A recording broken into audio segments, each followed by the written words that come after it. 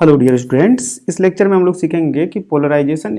तो देख लिए कैसे क्या होता है, पोलराइड क्या होता है। इसमें सीखेंगे कि लाइट का जो पोलराइजेशन होता है वो और दो नेचुरल मेथड से होता है। वो है एक रिफ्लेक्शन से और दूसरा जो है वो स्कैटरिंग से। तो दोनों चीज़ें पढ़ेंगे कि पोलराइजेशन बाय रिफ्लेक्शन इंपॉर्टेंट है। कई बार इससे न्यूमेरिकल पूछ दिया जाता है। मान लेते हैं क्या है कि एक वाटर है, यहाँ पर वाटर है और लाइट जो है इस तरह से यहाँ पर इंसिडेंट हो रहा है। क्लियर है?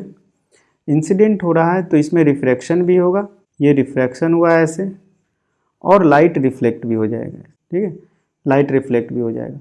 तो इसमें एक पर्टिकुलर इंसिडेंट ऑफ आई ऐसा होता है जिससे कि रिफ्लेक्टेड रे और रिफ्रैक्टेड रे के बीच में 90 डिग्री का एंगल बने। उस पर्टिकुलर सिचुएशन में क्या होता है, उस पर्टिकुलर सिचुएशन में ये जो होता है रिफ्लेक्टेड लाइट वो पोलराइज्ड लाइट होता है। ये हो जाएगा पोलराइज्ड लाइट। ठीक है, इसमें मान लेते हैं कि इसमें जो था वो ऐसे डॉट जो है वो प्लेन के परपेंडिकुलर इलेक्ट्रिक फील्ड को वाइब्रेशन दिखा रहा है और एक प्लेन में दिखा रहा है। ठीक है, ये इलेक्ट्रिक फील्ड का वाइब्रेशन ये भी है और जो डॉट दिखा रहा हूँ मान लेते हैं ब्लू डॉट, ये भी दिखा रहे हैं। लेकिन जैसे ही ये यहाँ पर आता है, थोड़ा सा समझिए कैसे होता है।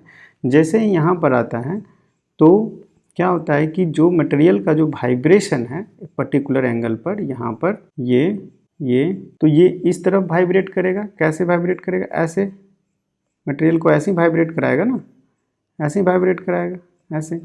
अब देखिए रिफ्लेक्टेड रे जो है, रिफ्लेक्टेड रे ऐसे जा रहा है तो रे के डायरेक्शन में जो वाइब्रेशन होगा उसकी वजह से तो कोई लाइट इधर जाएगा नहीं।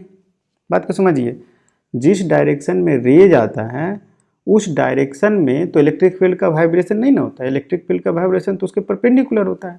तो ये वाला जो वाइब्रेशन है जो प्लेन में यहाँ पे दिखाया गया है, जो वाइब्रेशन यहाँ पे दिखाया गया है, अगर ये 90 डिग्री एंगल हुआ उस पर्टिकुलर केस में इधर कोई वाइब्रेशन नहीं होगा। तो कौन सा? केवल डॉट वाला जो उसके परपेंडिकुलर है वो वाइब्रेशन केवल रह जाएगा। एक वाइब्रेशन मर गया, एब्जॉर्ब हो गया। कौन सा वाइब्रेशन? ये रेड वाला जो दिखाया गया वाइब्रेशन, ऐसे वाला। और क्यों? क्योंकि इसके 90 डिग्री है, 90 डिग्री है रे के डायरेक्शन में, तो वाइब्रेशन हो नहीं सकता है। तो इसीलिए जो रिफ्लेक्टेड रे होगा वो पोलराइज्ड लाइट होगा। क्लियर हो गया? तो इसमें आप प्रूव कर सकते हैं कि अगर ये आई है उस समय, इसको आई बी कहा जाता है क्योंकि इस पर्टिकुलर इंस्टेंट पर जिस समय की रिफ्लेक्टेड रे और रिफ्रैक्टेड रे के बीच में 90 डिग्री का एंगल हो उसको बोला जाता है ब्रूस्टर एंगल। ब्रूस्टर एंगल, ठीक है, साइंटिस्ट जिनके नाम पर रखा गया है। ये ब्रूस्टर एंगल है आई बी। अगर ये म्यू रहा तो आई बी इक्वल टू हो जाएगा tan इनवर्स म्यू। कैसे होगा? Brewster angle. ठीक है, ये आई है तो ये भी आई बी हो जाएगा, रिफ्लेक्टेड रे। ठीक है, इफ इसका कंडीशन लिख देते हैं, if angle between reflected ray and refracted ray 90 degree then reflected ray is linearly polarise. ठीक है, इसमें कोई कंफ्यूजन नहीं है। और रीजन भी बता दिए मोटा मोटी तौर पे क्या होता है रीजन। बहुत आसान है, आप अपने से इसको प्रूफ कीजिए।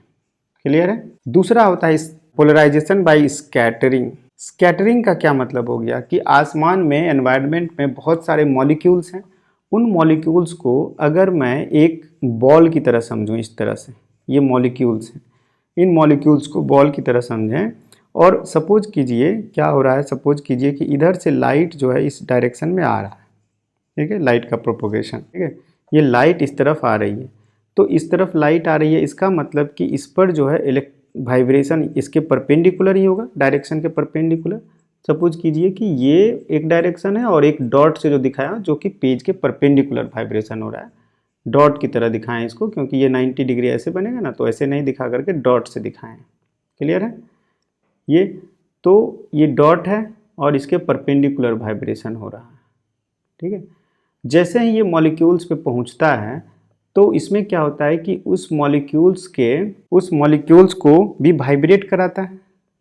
इलेक्ट्रिक फील्ड मैग्नेटिक फील्ड को तो एक इस तरफ वाइब्रेट कराएगा और एक इसके परपेंडिकुलर वाइब्रेट कराएगा। ठीक है, तो ये ऑब्जर्वर डिपेंडेंट है। क्यों? कि अगर मान लीजिए कि देखने वाला व्यक्ति यहाँ कहीं है 90 डिग्री पे, ऐसे यहाँ पर अगर कहीं पर है तो जो लाइट इससे स्कैटर्ड होकर के 90 डिग्री में इधर आएगा, स्कैटर्ड होकर के किधर आ रहा है? इधर आ रहा है। ठीक है। तो जो यहाँ पर से देखा जा रहा है तो उसके लिए क्या हो जाएगा, लाइट जो स्कैटर्ड होकर के ऐसे आया है तो ये वाला चीज़ तो गायब हो गया, जैसे अभी अभी बताए थे रिफ्लेक्शन में, क्योंकि इधर का जो वाइब्रेशन होगा उसकी वजह से लाइट इधर तो नहीं आएगा, तो जो इधर लाइट आएगा वो क्या होगा, पोलराइज्ड होगा, क्योंकि ये डॉट वाला डायरेक्शन की वजह से जो वाइब्रेशन की वजह से जो फील्ड है वही इधर आएगा। तो इसका मतलब ये जो हो गया ये पोलराइज्ड लाइट हो। क्लियर हो गया। ऐसे समझिए कि यहाँ पर जो इलेक्ट्रॉन या मॉलिक्यूल्स के अंदर इलेक्ट्रिक फील्ड का वाइब्रेशन जो कराएगा वो इसी तरह कराना चाहेगा, एक इधर और एक परपेंडिकुलर, जो ये पेज के परपेंडिकुलर जैसा इसमें कराया हो रहा है।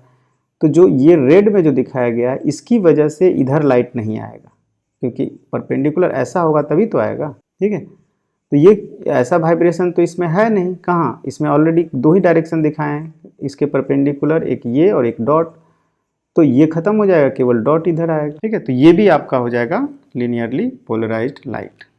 तो स्कैटरिंग की वजह से भी होता है, मॉलिक्यूल्स स्कैटर्ड करते हैं जिसकी वजह से ये हो। तो ये क्वालिटेटिवली हमें समझना है क्या होता है नहीं होता है, और इस पर क्वालिटेटिव बेस्ड कुछ न्यूमेरिकल्स कर लेंगे, समझ हो जाएगा।